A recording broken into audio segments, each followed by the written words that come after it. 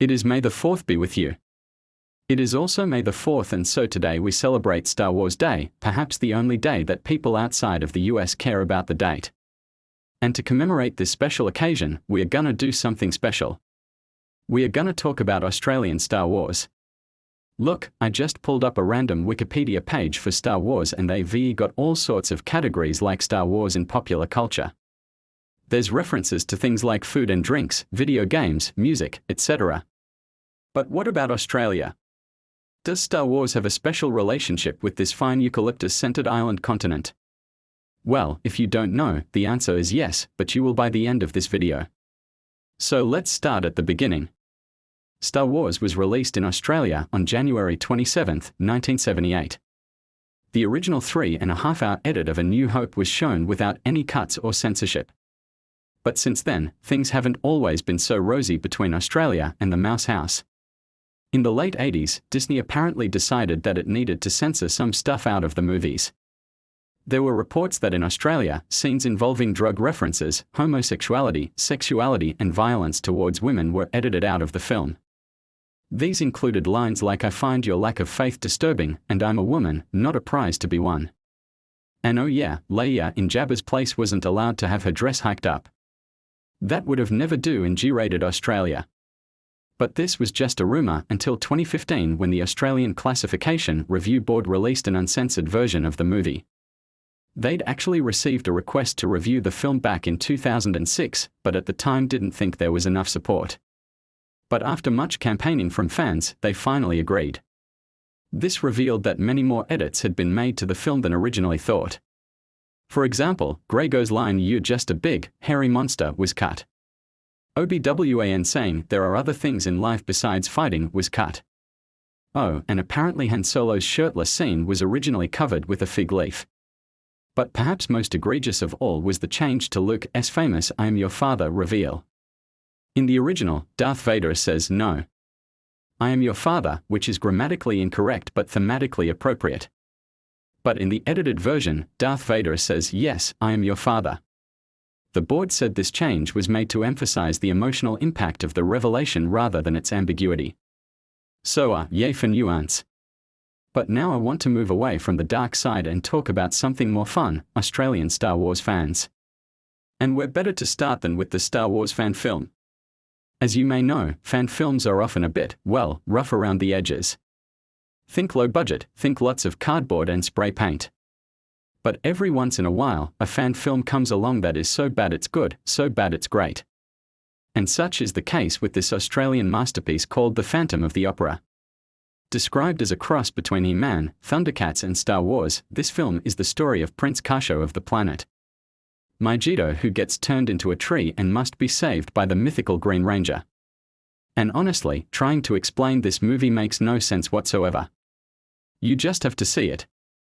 There's lightsabers, laser beams, a weird guy in a frog costume, and a lot of screaming. It's everything you could ever want out of a sci-fi movie. Now unfortunately, I couldn't find a copy of the film itself, but I did find the script, which has been published in full online. So if you're interested, I'll leave a link to that in the description. Now I could go on talking about bad Star Wars fan films, but instead I want to highlight the work of one man, Colin Arthur.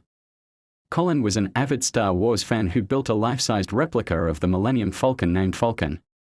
And he even outfitted it with an engine so that it could fly. Unfortunately, the plane was involved in a fatal crash in 2007. But before this, Colin flew the Falcon all over Australia to promote the Special Olympics. I mean, how cool is that? Sadly, Colin passed away in 2021, but his legacy lives on through the Colin O'Flaherty Foundation, which provides sporting opportunities for kids with intellectual disabilities. Moving on, Australia has produced its fair share of Star Wars actors, most notably the one and only Jason Isaacs. Jason played the Emperor's right-hand man in Rogue One, a role that earned him widespread critical acclaim.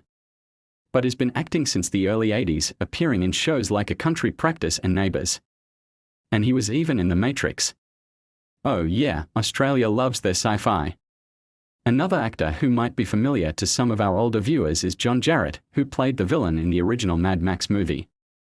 Well, he also appeared in Star Wars. In the prequels, he played the leader of the Techno Union, Wat Tambor. But he nearly missed his audition because he was busy filming Mad Maximum. In fact, George Lucas wanted to cast John as a Wookiee. And believe it or not, John was actually considered for Chewbacca in the original trilogy. Alas, Harrison Ford was deemed too charming to be a Wookiee. And so the role went to Peter Mayhew. But Jarrett's face isn't the only one you might recognize.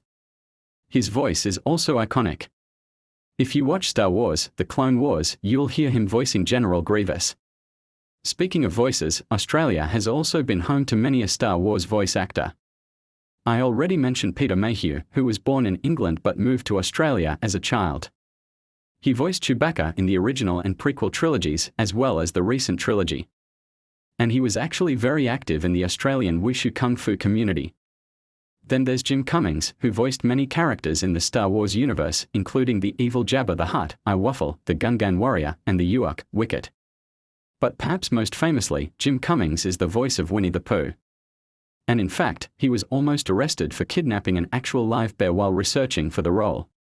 But moving on, we also have Jonathan Biggs, who you might recognize as the voice of Darth Maul in the Clone Wars and Rebels.